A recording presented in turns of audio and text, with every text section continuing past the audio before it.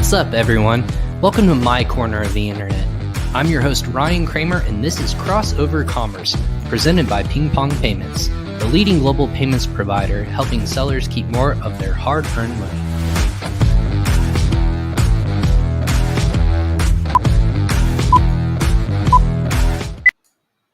Happy Friday, everyone, and welcome. What's up, everyone? I'm your host, Ryan Kramer, and welcome to episode 113 of Crossover Commerce. This is my corner of the internet where I bring you the best and brightest in the Amazon and e-commerce space.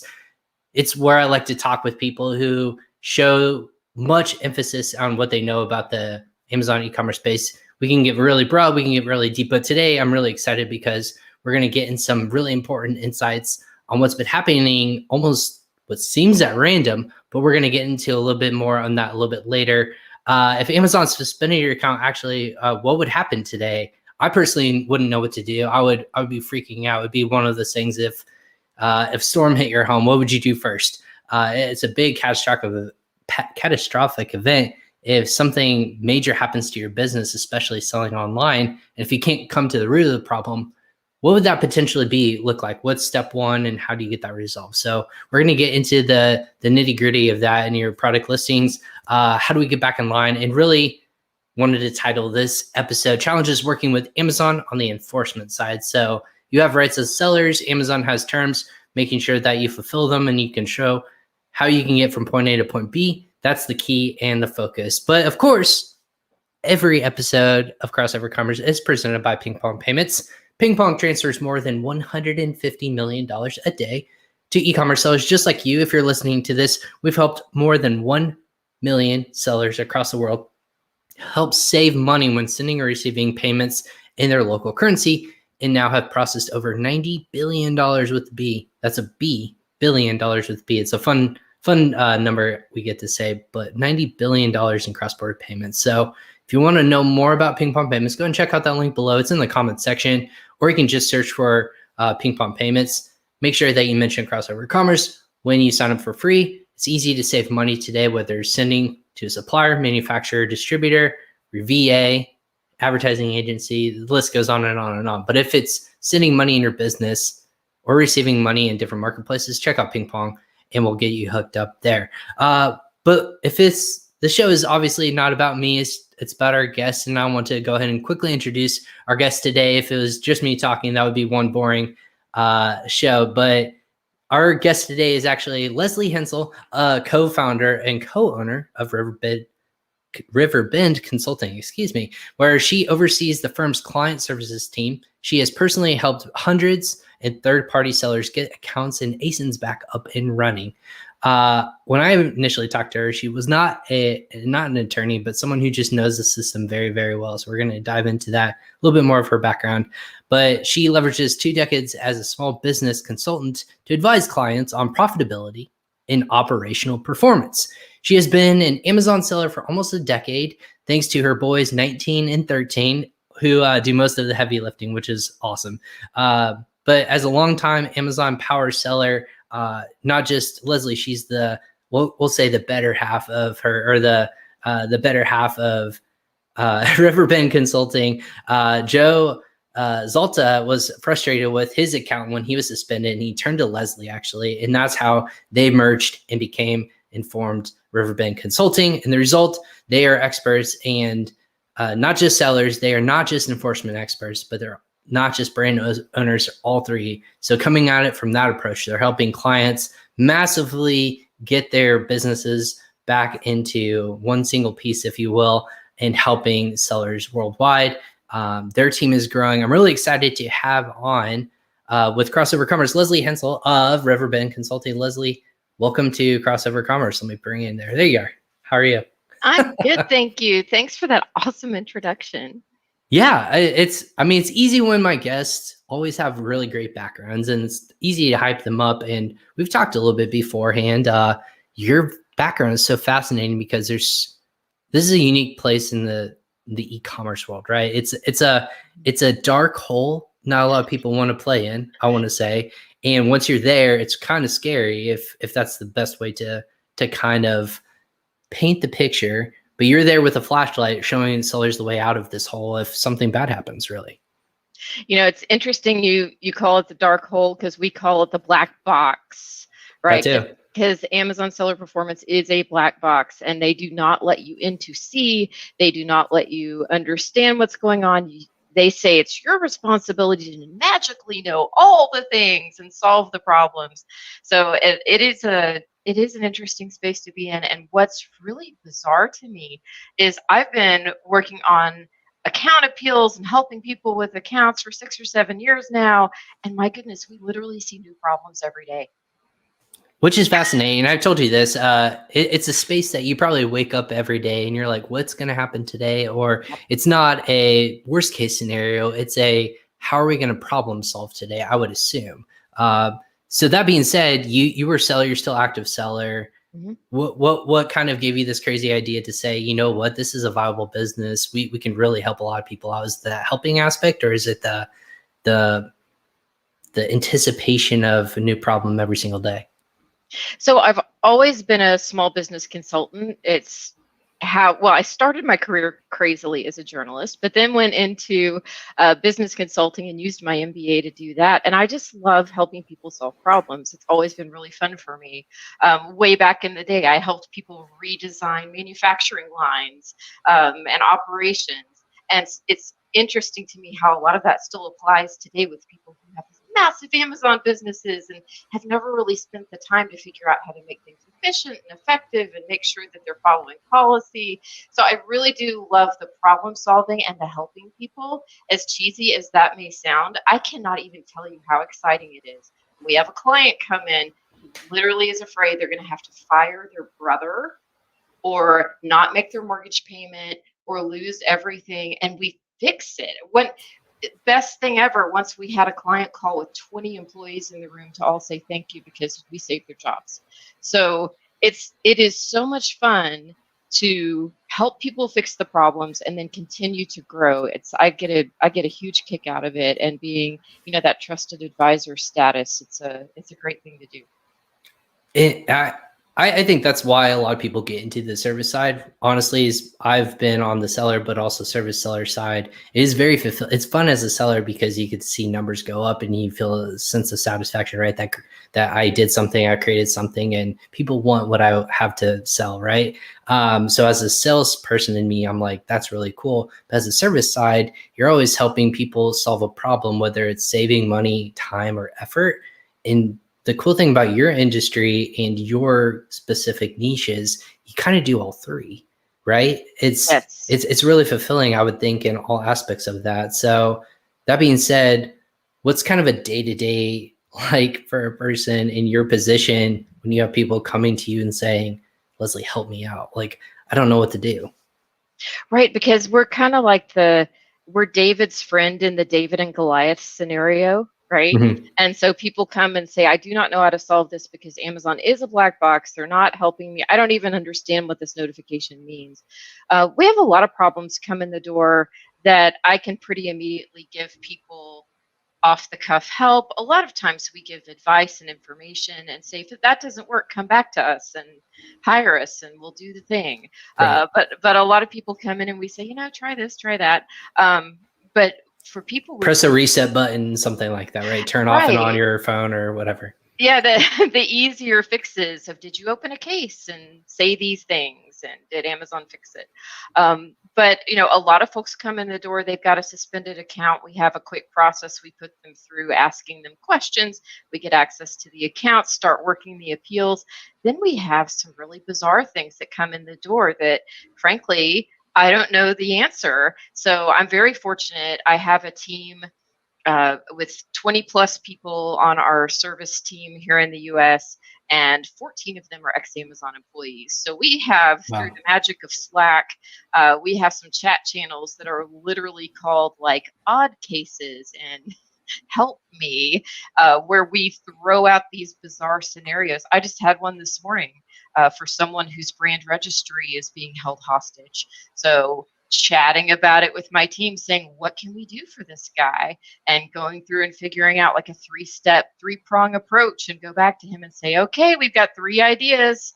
which one are you up for? Which one do you want to try? So it really is on the fly problem solving all day long. We have kind of two paths, right? So you ask typical day, we've got all the normal things that come through, suspensions for inauthentic and intellectual property and ASIN issues. And we just send those through our regular channel. We have very solid processes and the team works them.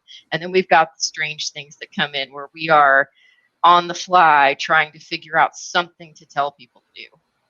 That to me, when you paint that picture, it instantly, don't know why, it makes me think of the movie Apollo 11 when something breaks on the spacecraft and instantly mission control is like, all right, give me every scenario, or even like any sort of doomsday mission, something breaks in a, again, I go space, like Martian or whatever. How do we solve this problem quickly? And how do we effectively, with the tools we have, make it so that everyone can get by unscathed? So you're almost like the mission control expert of making sure every little solution is checked off. When it's not, that's where the problem is. And whether it's the thrusters of their business or, you know, just something that doesn't check off right. I think that's super fascinating. You got to make sure everything goes compliant wise. So with one of those kind of strange cases, what's kind of a situation that you would find yourself in pretty typically? Mainly with the product, or is it more service? What's kind of the gauntlet, if you will, that we're dealing with Riverbend? So a lot of things coming in lately are brand registry problems, for example, or like the new restrictions on inventory for hazmat, and then for the restock limits, all of these things, right? So you've got a client that comes in with something that's really challenging, and we are going through all the checklists of, is there a path through seller support? Is there a path through seller performance? Does this immediately go to an executive escalation, which a lot of times, because we only do weird stuff, the answer is yes. We start sending it through executive escalations. Do we need to get an attorney involved for the client, with the client? And do we need to go to external agencies, governmental and quasi-governmental agencies, to try and solve this problem? There are all of these tools in the toolkit. And I think a lot of sellers on Amazon, their instinct, which I totally get, because when I was a seller starting out 10 years ago, I thought everything could be solved through a case. And, you know, back then, almost everything could be. It's so simple back then, right? It was the Wild West, and yet simple. And I so know. you could just do the seller support thing. Someone's going to help you. It's awesome. But now there are all these different variations and different places that you have to go to get challenging problems solved, because Amazon has grown so quickly internally, and they have really siloed the organization so much that if you go to the wrong team, they are literally not empowered to help you with problem X. But they don't tell you that. They just don't help you. They don't say, oh, go over there to those guys, because they're the ones who can solve. They don't tell you the second part of where to go.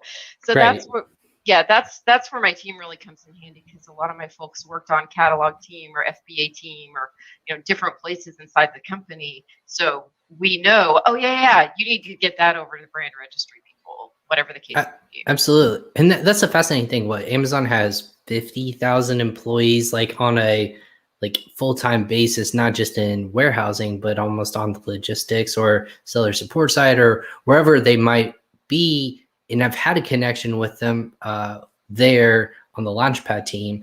And honestly, it's fascinating to hear, because I go at him to pick his brain and go, you've been here 5+ years. What is the, like, if I have a problem with this, how do you help people solve that? And he goes, honestly, it's really difficult because I've been here long enough so I actually can find my way around. But if you're someone with a case, like you mentioned, they're not going to know where to point you in that direction. Like, honestly, that's not my department. But with that such scale, that's kind of crazy. And is it asinine to think that they don't have better processes in place with such a machine that they built? Or is that kind of the nature of the beast, if you think about it?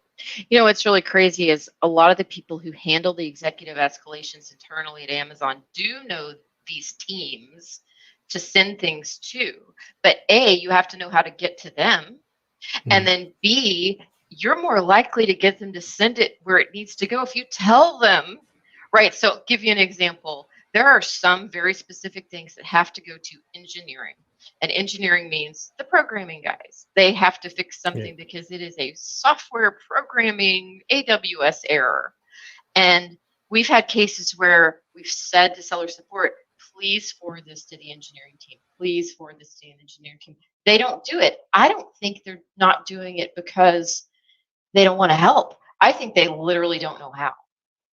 There are some training issues because of lots of turnover and just the massive size of the team, and they're all over the world. And then there's language issues sometimes. And so they won't forward it. And so we've literally had to go to executive escalations to individual executives at Amazon to get something forwarded to the engineering team for a programming fix. How do we fix? How does Amazon fix that? How does Amazon make it? Let's throw the typical stats out there, right? 65% of Amazon sales is coming from third-party sellers, plus growing, probably. You have all this attention on, just growth is coming from more people getting innovative and continuing to invest their resources in there. There's all this ad revenue that's coming in from all these different companies. It's kind of the cash cow, if you will. Why not invest in the opportunity to attract more sellers instead of making this just an almost unnavigational typical? I don't even know what I'm saying. You can't even navigate through these waters most often. And it's just more frustrating that you just throw your hands up and walk away. Like, why would they be okay with that process, do you think? So there is Amazon has the Amazon principles. They're written about in books, and there's a list of principles about customer first, that they're supposed to internally have these principles. And one of them is self-criticism, that you are willing to look at yourself and your team and say, we're not doing this right, or we're not doing this right. So that is lacking. That may be in their principles list, and it went out the window a long time ago. Example, restricted products. We've all heard these ridiculous stories about restricted products where something completely off the wall gets blocked from the platform as being hate speech, or being like, we had some bug spray last week that was hate speech related, and they took it down because it said it kills insects. And the notice from Seller Performance said, killing, it had the word killing in it or something like that. Like we were saying to kill people, but it was for mosquitoes. And so they have these bots that do all of these takedowns of restricted products. Well, if you go to the restricted products team internally at Amazon and you say, what is your false positive rate? They'll say, oh, it's almost nothing. And we really don't have problems with false positives. Now, if you're a seller with any kind of catalog of size, you know that that's not true. It happens all the time, and it's really hard to get those back up. Even if they're false positives, that they are so focused on telling their manager, who tells their manager, who tells their director, we've got all these things solved and it's all great, and look at my numbers and they're fantastic. They are so focused on that as a culture that self-criticism, how can we do better, is out the window. And frankly, I think they lost their how can we serve sellers orientation a long time ago. And if you need any more proof of that, look at the Seller Central interface. Over the last year, they've been doing these little tweaks to it here and there, right? First, they put all those, whatever they call them, the little blocks that are all over the homepage, right? That didn't used to be there. So first they put those suckers on there, and then they decided to change the shipping workflow to something that does not make sense for most people. And these little bitty tweaks here and there, but they've never really done a redesign of Seller Central. It's like held together with staples and glue and a little bit of bungee cords or something, right? And it does not run efficiently. The reporting isn't great. There's all kinds of features that are missing. They don't care. They're not investing in sellers. We are replaceable. Sellers are replaceable, and there are not a lot of people in Amazon who believe that sellers are unhappy. Well, It just seems like that's so hard to believe, though. Like, I can't imagine. Well, I take that back. You and I are in the weeds. We all know that's the case. We all, as service providers, we know that there's frustrations that pop up constantly, whether it's like one part of the cog or another. Is Amazon just that naive? They're only focused on sellers, and at the end of the day, you just want to get product out the door. Do you think that's why all these changes with inventory limits? They just want to catch up on this mass backlog of products, or what's kind of, if they're not worried about the seller, are they worried about the buyer then? Because that doesn't also seem to be the case always. So I don't know who they're worried about. So allegedly, the focus has always been on the customer, right? The buyer. That is supposed to be where all of the effort goes, and everything else, there can be other priorities, but the buyer experience has to be great. But I'm with you that a lot of things don't seem to be serving that end, because like when you take away seller fulfilled prime and then you're not allowing things to be stocked, you're going to have stockouts. I don't know about you, but where I live, I have some things prime that show up the next day, and I have some things that take a week, and it doesn't make any prime. Right, it's still prime, and that is not from a third-party seller. That is Amazon. So there are a lot of things I don't understand either. I don't understand why they think all sellers are replaceable. That even extends to extremely large sellers, because several of our sellers are in the top 10 on Amazon in volume. And so these are people who do $1 billion a year with a B on Amazon only. And they do not get the kind of partner treatment that you would expect from a large retailer that is a partner with you, right? Like if you were selling through to Walmart as a you would have a key account rep. Yeah, exactly. Yeah, someone would care. And it's all through this intermediary of the software and of Seller Central, and they're trying to have fewer reps, and I don't understand it either, Ryan. I wish I did. I really wish I did. But here's my thing. I don't see it getting any better. Every year, I think, is this the year, the magical year, that it's going to get easier for sellers to navigate Amazon. And it just gets harder. And they add tools that are supposed to help, and then they misuse them, like Brand Registry. So Brand Registry was sold to sellers as get your stuff on here and no one else can screw with your listing. I mean, wasn't that what we all believed? Like if you go through Brand Registry, your content's protected and random people cannot come in here and change your content. That is not true.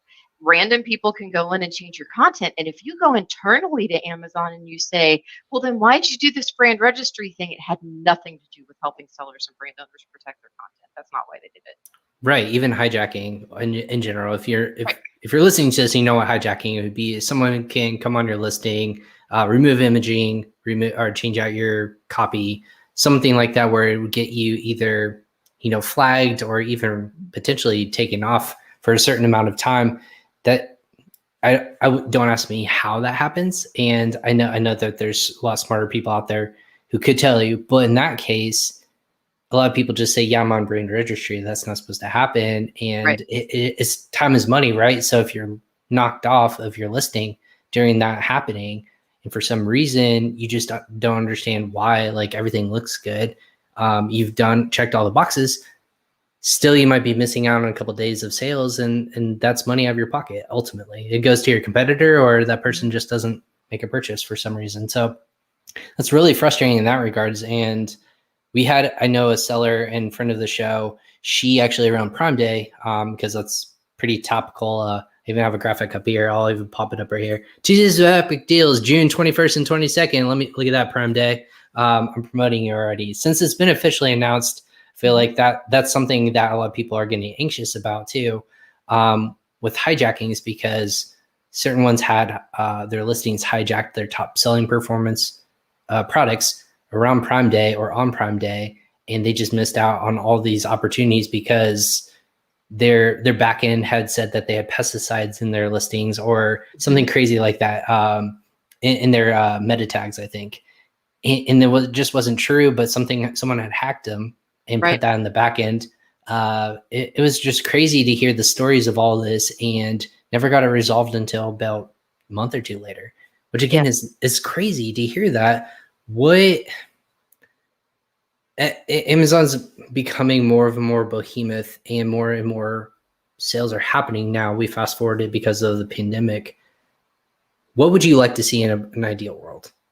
Like, what, Leslie, to you would be almost, not to make your company obsolete, but to make your company obsolete, what would have to happen? Does that make sense? So yes, it absolutely does. So Amazon would actually have referral pathways inside of seller support. So when they looked at a case, they would refer it to an appropriate team that would handle it without the seller having to know to ask them for that team. They would have much better training in seller support. And I'm sure you've had this happen before. I open tickets and I get responses that are nonsensical. I have to go back and say, what I was asking you is, and explain it over and over again. You'd have to have incredible training, including some language training in some areas, so that people, the reps in other countries are very smart, and they're working from behind the eight ball, because I could not provide support to people in Spanish or French. So I admire people who are multilingual, but there is a problem when they cannot answer sellers the first time with a good answer. So you'd have to have language training, or hire people who are better language skilled. They would have to then be better skilled in answering Amazon questions. I think support would go into multiple tiers, and it would be based on volume. It might be on the number of SKUs you have. It might be on the volume of sales you do overall. I'm not sure, but it would actually go into tiers, because as we all know, if you do $1 billion in sales, you have more problems and more technical issues and difficult issues than someone who sells $100,000 a year, right? So you would have tiered support, and there would be more, not fewer as they're going to, but more specific groups in seller support that regular sellers can actually reach, like the captive team. There would be more captive reps. They also call it the snowball team for some people who might have heard that term. You could actually get directly to catalog instead of having to beg to get to catalog. Because you have to beg, threaten, cry to get to the catalog team. There would just be more access to these teams, and they would be tiered and sliced and diced. And here's a crazy thought. How about when I have an issue, it goes back to the same rep every time till it's solved, instead of being reassigned round robin to a new person, both in seller performance and seller support. That would There's make a sense. concept. Woo! How about if seller performance says, hey, this appeal won't cut it. I need to know about A, B, and C. And so when you sent the new appeal, it went to that person who asked you for A, B, and C. That would be awesome. So all of that still would not make me obsolete, because Amazon is still a giant company that will always have some problems and be difficult to navigate. But golly gee, that could make life a lot easier for sellers. It would be super, super fantastic. The chances of it happening, I think, are almost nothing. Which is why you're going to be here in business still. Which is why there's always going to be more growth. It makes me sad. It's kind of like being the emergency room doctor. He's got a great job and he makes a good salary because he helps people who've been in car accidents, and that's really sad. But at the same time, people who are in car accidents need an emergency room doctor. So it's a strange feeling sometimes to charge people to solve these problems that I honestly don't think should exist. It upsets me. But that's a good motivator for our team. We use that as motivation that, dang it, we're going to solve this because it's not fair. Right.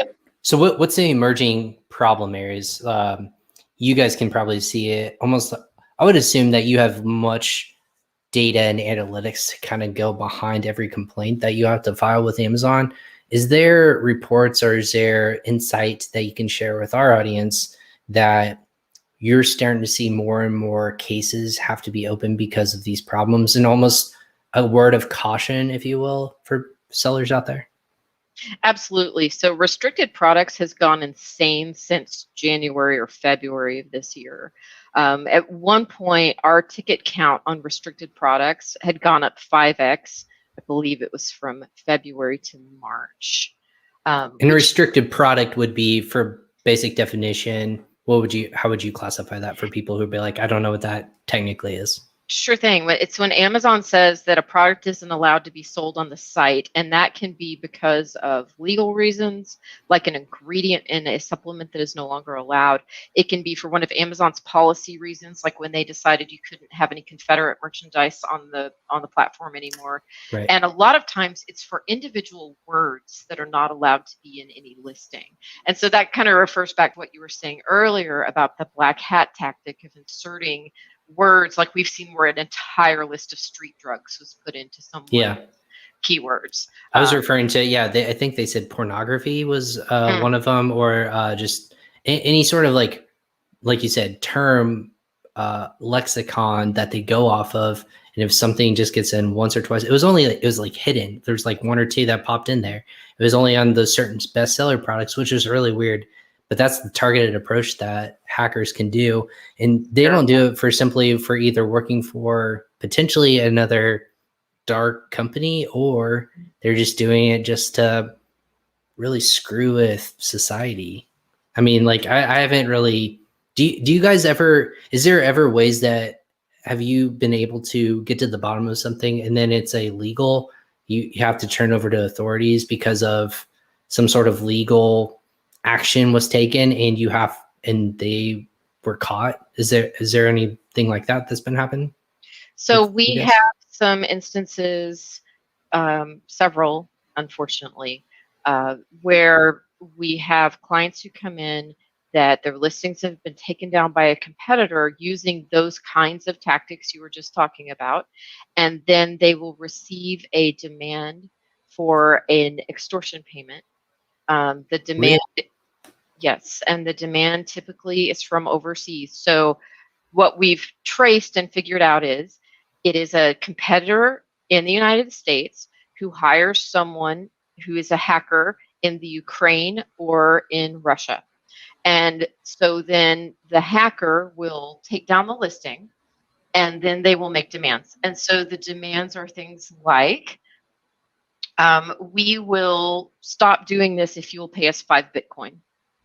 And then if you pay, it doesn't stop. They keep giving more money. So y'all, if you ever get that, do not pay.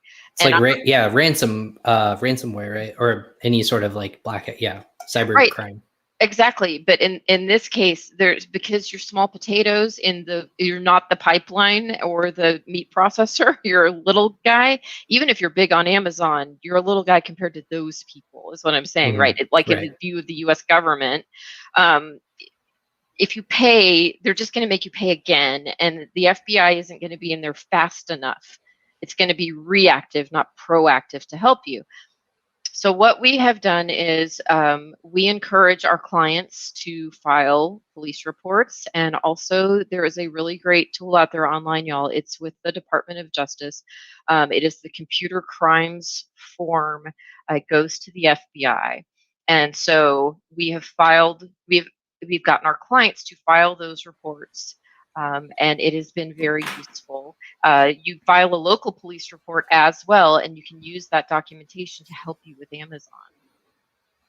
Interesting. I've heard the computer crimes form has actually been very helpful. Typically, if that's, I mean, this also sounds bad. In my mind, I'm also suspecting that if there's any sort of sniff by these cyber criminals, that they could potentially be in jeopardy. I think that they would back off and they would walk away more often than not because they want to keep in business. They don't want to be caught. Do they think they can get away with it? Probably, but I would assume that would deter a lot of people. And I guess that leads me to my next natural question. My mind goes very dark because unfortunately I've heard just too many stories where this is just detrimental and people can go out of business and have gone out of business because of these tactics. What are, like, how can you protect yourself from this? Because you said you might be too big to fail, but we've seen recently just sellers get picked off and pulled off for their listings because they actually engaged with some of these tactics before. Whether that's overseas or here in the United States, it's bound to always come back and bite you in the butt one way or another. So how do you protect yourself from that? So first of all, back to what you mentioned at the beginning, some of these hackers' contact information gets passed around in the seller community among sellers who are willing to do these tactics. And so just know that if someone from overseas comes after you, you are not their only target. This is being done to other sellers as well by the same group. And I'm telling you this because I have actually seen screenshots of the phone conversations that are being done by text where we can tell it's the same people. Okay, Right. the language being used and this is on different sellers that we work for. So it's the same people, it's the same group. So just know that this is organized. It's really organized crime, and it's extortion, and it's wire fraud, and it's all those things. Okay. So as far as how you protect yourself, first thing is never give them the money because they're just going to come back for more. We've seen it. It doesn't work. That's not going to fix your problem. Secondly, you do have to be in brand registry. You have to be. I know I complain about brand registry does not solve all your problems. It will solve this one to an extent, because if you own the brand registry, you're acting in good faith because you don't want to take down your own product. And they have ways of making it almost look like you did these things or could have done these things to your listings that get you taken down. So you can show in good faith, I own this, help me fix this. Engage with law enforcement early because your local law enforcement will at least give you a document. They will file a report. If you get phone calls, record the phone calls and keep the recordings. Some of these people call family members of the people they are extorting and say terrible, horrible things. So if you are pursued by one of these people, warn your family members who can easily be traced to you and have them put some kind of recording software on their phone so that they can record the calls, because those calls are used by law enforcement, local and federal. I hate that I'm even having to say this stuff because it sounds Right. No, we're not trying to go. We're not trying to go dark here on a Friday either. We're just. This is something that's it's super. Again, the people I've had on the show, not many people dive into this because A, they aren't experts in this field, but B, it's just a terrible place that you don't want to have to go. But right. ultimately, if a natural disaster happens, you have to start putting the pieces together somehow or figuring out what's the next step. So that being said, here we are. If this happens, you have to be protective, and it's best to be, in front of the 8 ball and stuff, like you said, behind it. So how do we do that as sellers? Is there a pattern? So all those are great tips, Leslie. I love that you could share that with us. When like you and your team, what's kind of the benefits working with you guys? Is it like a retainer process, or is it something like when something happens to me, I can say, Leslie, help me out. Like, I don't know what happened. And then boom, you're instantly activated, if you will, like the FEMA or anything like that. The FEMA of Amazon. So on a positive note, so let's have a cheery Friday thought. Sure, let's do it. With all of the black hat stuff that gets talked about a lot, and for good reason, because it's sexy, it's interesting, it's a little exciting if it's not happening to you. It's all the bad things if thriller it's novel happening to you. Yeah, it is. It's like a spy thing, right? So when we've seen these trends and a lot of people talking about these trends coming up, we did some research of our own ticket system. We have a ticket-based system where we manage every single client appeal or question or issue that we work on. So we did some analysis and we determined that 1.5% of our tickets are related to black hat tactics. So that means that's good. 98.5% of our tickets are not about black hat tactics. And so what I preach to sellers is there is a lot in your control. There are things about Amazon that are not in your control. Most of those are Amazon. Most of those are not super duper bad guys. The bad guys are mostly going after people in supplements, some in electronics. It happens everywhere, but I'm telling you, supplements it's a huge portion. So why is that? It's is it the money aspect? It's incredibly competitive. They invest a lot in their product. There are lots of new entries all the time of people who just go into these contract manufacturing companies and get a supplement for X, Y, or Z. I'm not really sure I even fully understand the culture of the supplements world that this has become a thing. But I'm not talking about like the big guys. I'm talking about the little sellers the small PL guys who are doing a few million a year on these supplements. It is just, Right. it's cutthroat. It's insane. I think a Well, lot of them use the same contract manufacturers, so they're essentially selling the same product with a different label, and that makes people more aggressive to and how do you try and stand out? right, exactly. So, but if you're not selling in those categories, most of the time, the really evil black hat stuff, the truly crazy stuff is not going to happen to you. Most stuff is in your control. Okay, so That's good. that relates to your question where you're like, hey, how do I Absolutely. work with you? Well, Um, exactly. Now let's just pick on Amazon now because it's the 98% that it's their fault. well, because and we meet sellers where they are. Some folks, they have a one-time problem. They get suspended or they have an ASIN taken down. Most of them have tried to get the ASIN back themselves, and for whatever reason, maybe it's a complex issue, maybe they are not fully understanding what Amazon's looking for. Maybe operationally, they need someone from the outside to give them an opinion because you get kind of tunnel vision. Of course, my operations are all great, right? And so you need someone from the outside. A lot of people come in one time, they give us a call, we talk to them about their issue, we determine if we can help, we sign them up, we do the one project. Then we have other clients, and usually they come from that set of guys who sign up for a monthly account help. So they pay a fee every month, and we handle all the ASIN reinstatements that come up, any other issues that come up, answer their questions. We're like a partner for them. We have a portal. If they have a question, they just log into their portal, shoot it to us. It creates a ticket. We work on the issue. So it's like an outsource where instead of hiring someone to, an individual, even though you may have 10 issues one month and 0 the next month, you outsource it to our ex-Amazon people and they take care of it. That's awesome. And it's pretty much what's kind of the numbers that you can tie to it if it's a subscription. Obviously, if you don't use it, like your savings still down the road, what's kind of the cost savings or time savings? Because here at PingPong, we're all about saving money, time, and effort.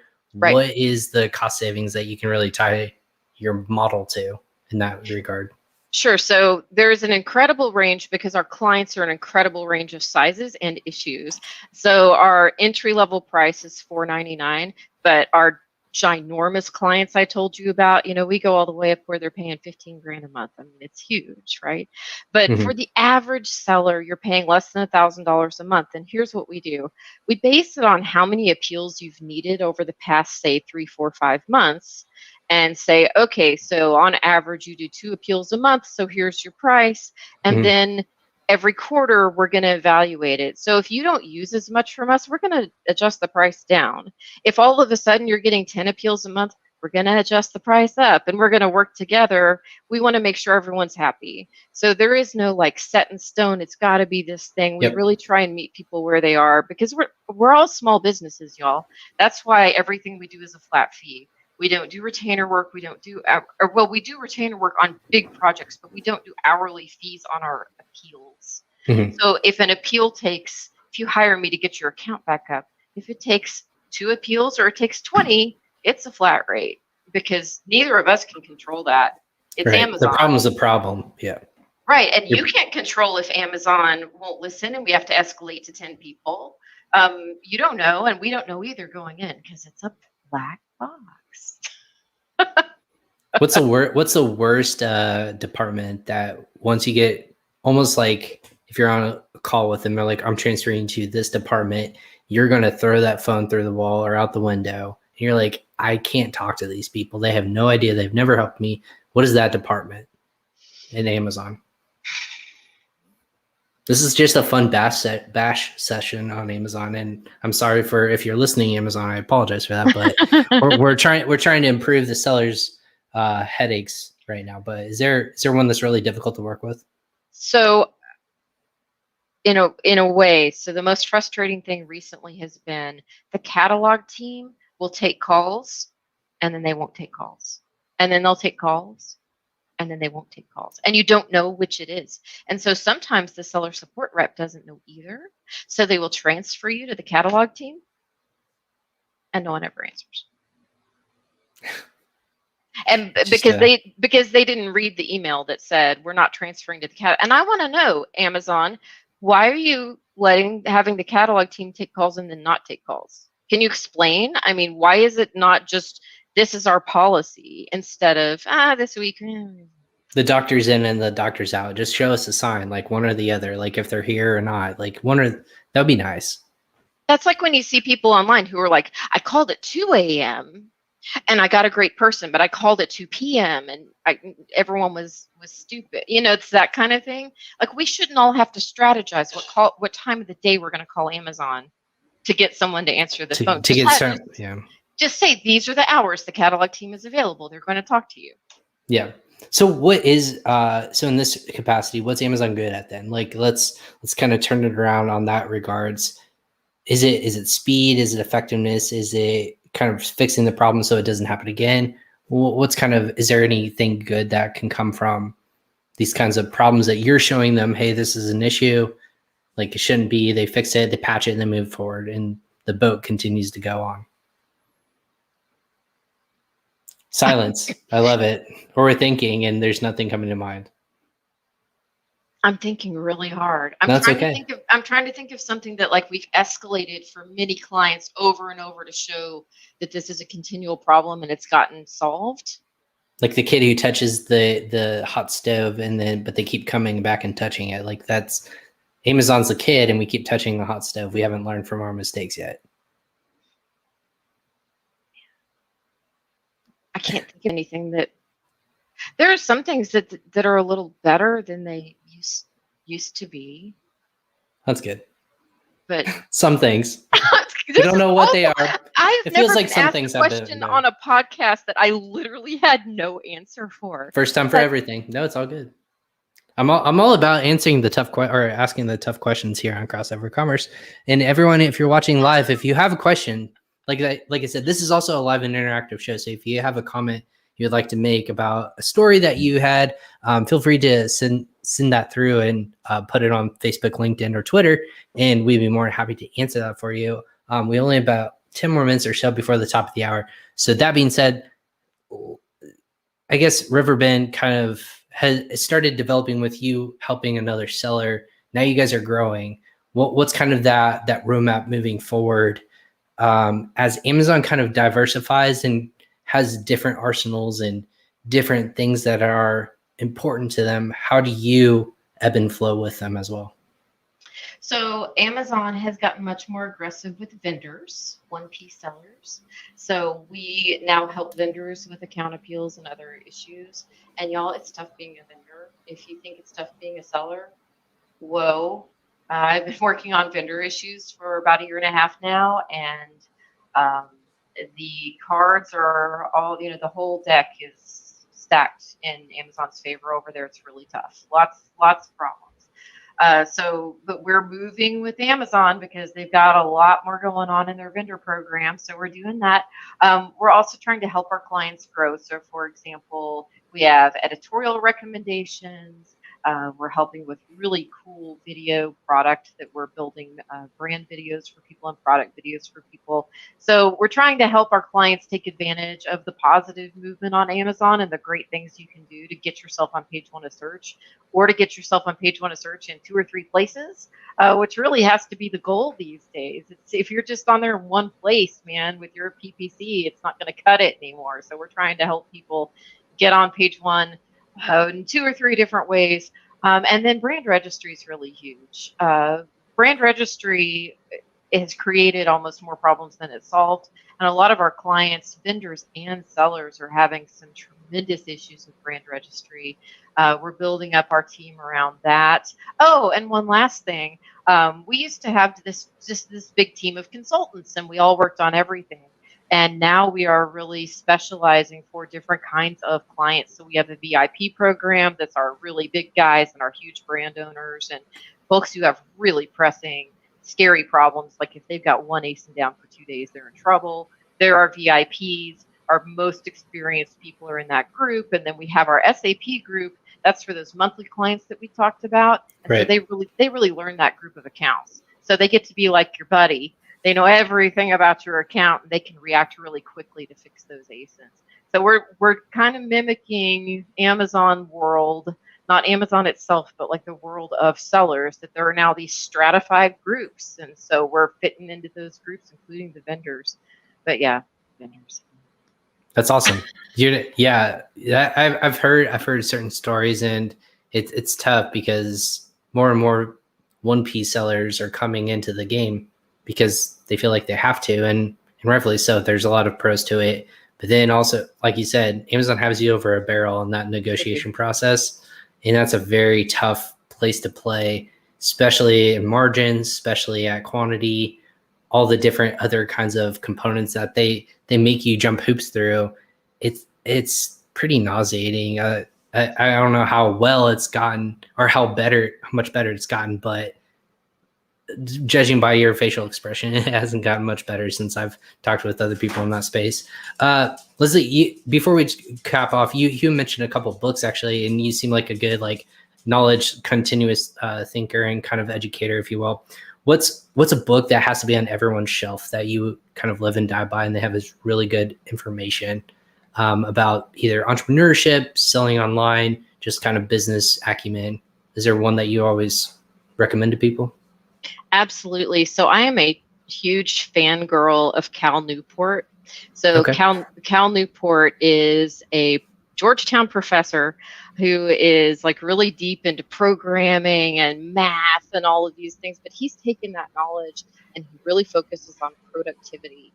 And he has 3 really great books that I love: Deep Work, World Without Email, and Digital Minimalism.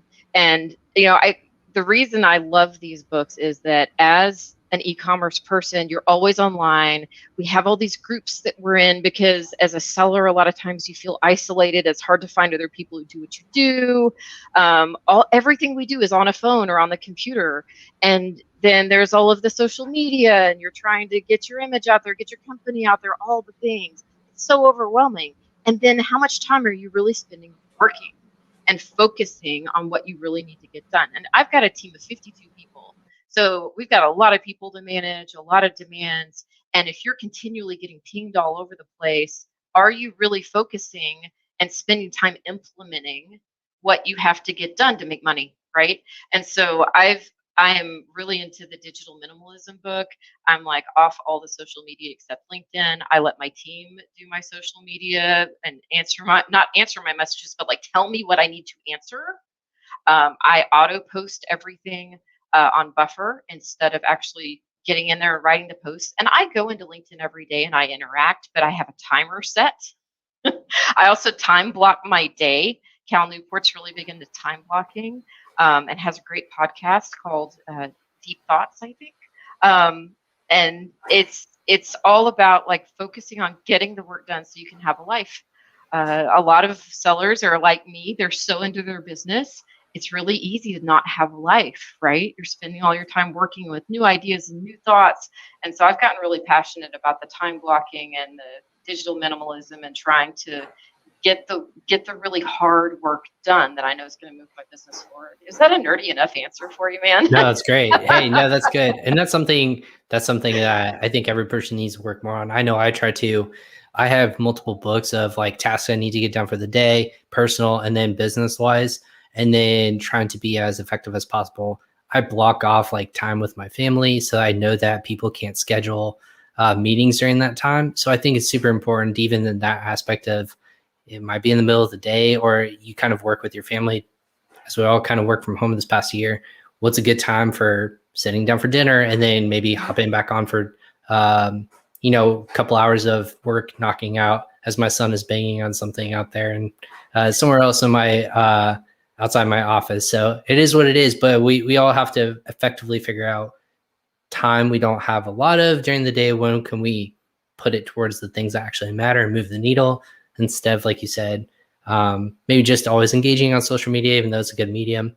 You got to work on what moves the needle truly. So that's awesome. And then if people like, I love your content that you're always posting on LinkedIn. What are the best ways to kind of interact with you, or if they have questions, talk to Riverbend? What's kind of the first or the best way to do that? Yeah, so please connect with me on LinkedIn. My username is Leslie Hensel, just my name. You can find me there. I do post Amazon specific content almost every day of the week. And then some entrepreneurship growth stuff too, but lots and lots of nerdy Amazon content for you people who want to be up on the trends and what's going on.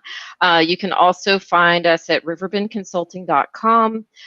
We have live people who answer the phone to answer questions and to give you help and let you know if it's something we can help with. And if we can't help, we try to have a referral source, someone we can send you to. So those are probably the best two ways. And anytime anyone has a question, feel free. You can email me at Leslie, Lesley, at riverbendconsulting.com, or hit me up on LinkedIn. Leave me a message there. I love to talk to sellers and answer questions and see if I can help. Awesome. Thank you so much for hopping on today. I know we got really dark really quickly in the beginning, but I think we turned it around and we ended this on the right foot. But that being said, it's always super important to know that you have options and that there's people out there willing to hop in and really support you in that regards, because you guys are obviously growing. There's going to be more and more issues that as e-commerce develops and grows over time. So that being said, it's really awesome to know that there's people on your side that can really help. So congratulations on the growth of, as always, and you guys are going to be at events and upcoming. So make sure if you're listening to this, look for Riverbend Consulting, Leslie and her team as they continue to grow and help sellers navigate this black box world. Thanks, Leslie, for hopping on. Much.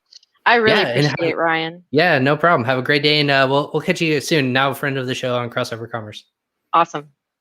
Awesome. And again, everyone, thank you so much for hopping on, watching live on Facebook, LinkedIn, YouTube, and Twitter. We appreciate you spending a little bit of your time just to watch us on LinkedIn or on any of those platforms. But if you're listening to this, go ahead and subscribe on either Apple Podcast, Google Podcast, Amazon Music, or anywhere that you constantly are listening to podcasts like Leslie mentioned with Cal Newport, or hopefully you're subscribed to this show on your favorite podcasting networks. I want to give a shout out to our partners with StreamYard, who kind of facilitate this portion going live to our streams, as well as our new partner, Casted, who's really exciting podcast partner that we're aligning with. So I want to give a shout out to them and all the exciting things that are going to be coming out. Stay tuned for that as we continue to evolve in our content here at Crossover Commerce, as well as PingPong Payments.